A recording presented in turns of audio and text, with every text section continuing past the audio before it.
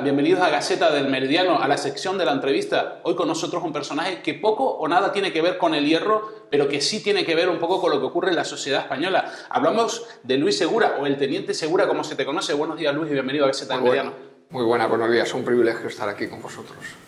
Luis, Teniente Segura, ¿nos cuentas un poco? Bueno, yo era militar y después de 13 años de servicio, pues el verano pasado me expulsaron de las Fuerzas Armadas por, bueno, denunciar corrupción, abusos, privilegios, un modelo de Fuerzas Armadas obsoletas y, bueno, a día de hoy estoy luchando por intentar que me vuelvan a readmitir y poder seguir con mi trabajo. Sí, todo esto viene por tu libro, Un paso al frente, en el cual denuncias la situación que tú viviste en las Fuerzas Armadas, es decir, romper filas te ha costado caro.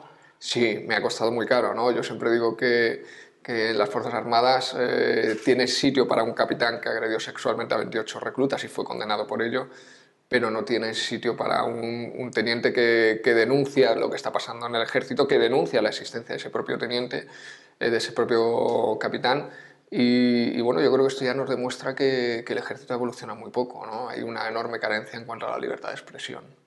Es decir, si vemos ahora mismo todas las imágenes que nos llegan en los medios de comunicación o a través de los vídeos del Ministerio de Defensa, cuando habla del Día de las Fuerzas Armadas, se habla de mucha modernidad. Yo estoy recordando ahora una portada del País semanal en que se veía un militar perfectamente equipado, que no se recuerda en algún país africano, pero la realidad es totalmente diferente.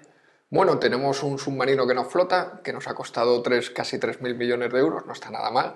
Hemos tenido un avión que no vuela hasta hace bien poco, menos mal que la ministra María Dolores de Cospedal la ha encomendado a la Virgen del Loreto. Pero vuela porque, por falta de pilotos. No, que también hay algún problema por ahí. Efectivamente, ha tenido problemas de fabricación en el diseño en cuanto a los motores y otra serie de problemas. Finalmente parece que ya se han solucionado, pero bueno, vamos a ver si ese avión va a conseguir volar en condiciones, ¿no? Entonces, yo te preguntaba, y perdón la idea, lo de la falta de pilotos, sí. Porque hay 45 pilotos del Ejército del Aire que han llegado a un arreglo con la justicia para no dejar de ser precisamente oficiales. Sí. Por eso te lo decía, esa es la corrupción de la que tú hablas en tu libro. Claro, efectivamente, todo esto es lo que yo estoy permanentemente denunciando en este segundo libro, en Código Rojo, pues ahondo un poco más en todas esas denuncias. Hay que tener en cuenta que ese fraude, aunque inicialmente se empezaron imputando a 45, luego a más de 60, después a más de 80, después a 150, había 3.000 personas. 3.000 mandos oficiales y suboficiales involucrados, es decir, es obvio que era una práctica generalizada. Entonces, bueno, creo que ese tipo de prácticas se tienen que terminar con ellas y además algo que me preocupa mucho es la justicia militar.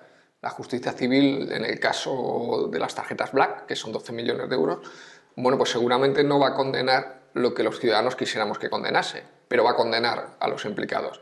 Bien, en este caso que comentas, han sido 10,5 millones de euros, es decir, es equivalente, y han terminado todos absueltos por prescripciones o bien se les han conmutado las penas por multas. Eso sería imposible en la justicia ordinaria, ¿no? Y creo que demuestra hasta qué punto la justicia militar debe de desaparecer. Es que lo que tú estás hablando, o lo que estamos hablando ahora, salió hace unos días también en prensa por la Guardia Civil, Destinos en Madrid, de que se facturaba siempre en una misma pensión una serie de dinero para luego quedarse o justificar o quedarse en independencias militares, es decir, que no se pagaba nada, ¿no?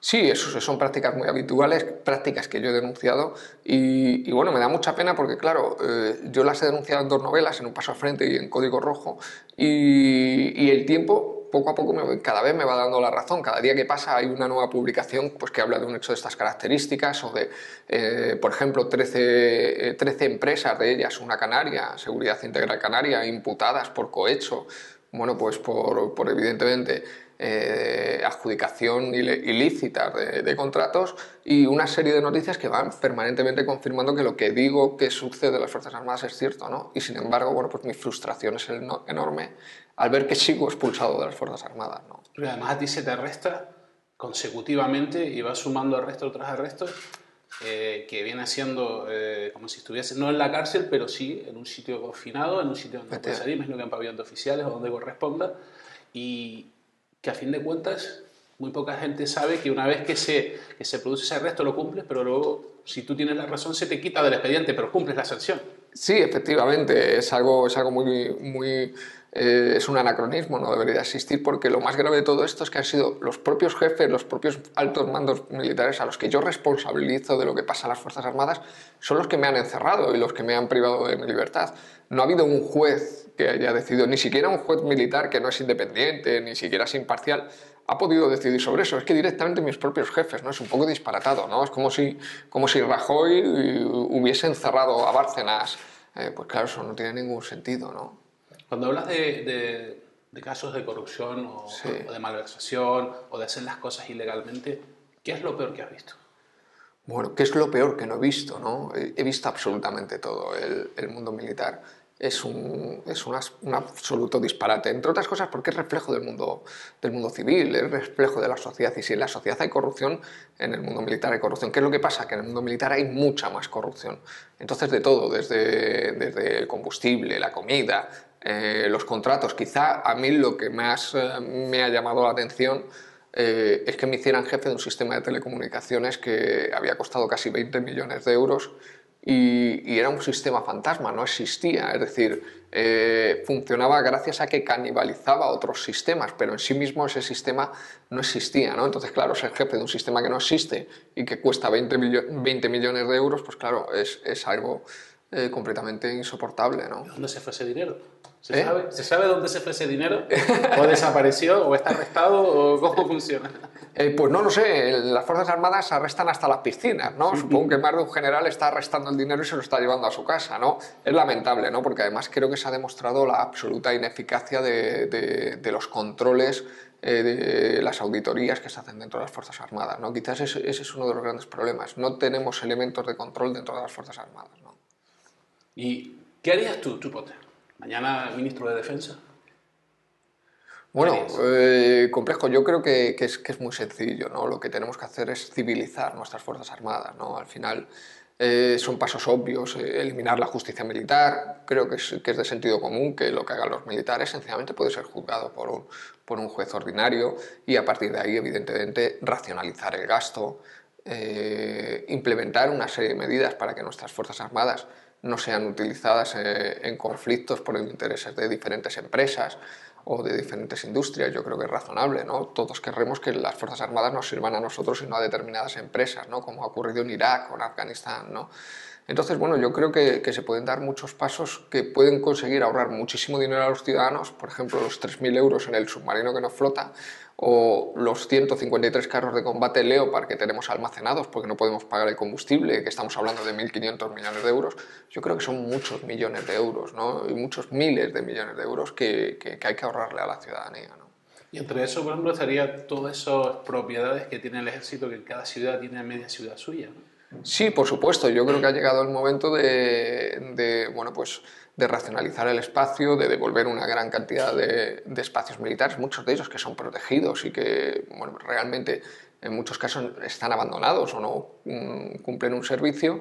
Y bueno, creo que hay que llegar a un acuerdo con la sociedad civil y bueno, pues que la sociedad civil acepte que las Fuerzas Armadas necesitan tener unos ciertos espacios y bueno, llegar a un acuerdo de dónde localizarlos o dónde situarlos, ¿no? Ahora mismo, Código Rojo, estamos hablando Sí, de esa sí. continuación del Paso al Frente, donde hablas de esa corrupción en las Fuerzas Armadas, estás teniendo problemas para que se distribuya. Sí, muchos, muchos. Bueno, por ejemplo, que los venda el Corte Inglés, que lo dirige Dimas Jimeno, que es un señor que ha sido 3 veces candidato por Falange, pues claro, es bastante complejo. En este centro se venden más fácil pues, libros como Cómo curar la homosexualidad o Cásate y sé sumisa. Bueno, esos libros se venden muy fácil en el Corte Inglés. Un libro que sea crítico con las Fuerzas Armadas es muy complejo, entre otras cosas porque el Corte Inglés fabrica los uniformes de las Fuerzas Armadas, es decir, tiene un marcado interés bueno, pues en seguir haciendo negocio con las Fuerzas Armadas, ¿no? Estuviste 22 días de huelga de hambre, pusiste tu salud en peligro, Sí. pero ¿qué es lo más que te ha dolido de todo esto? Siempre a uno le duele más el alma que lo físico, ¿no?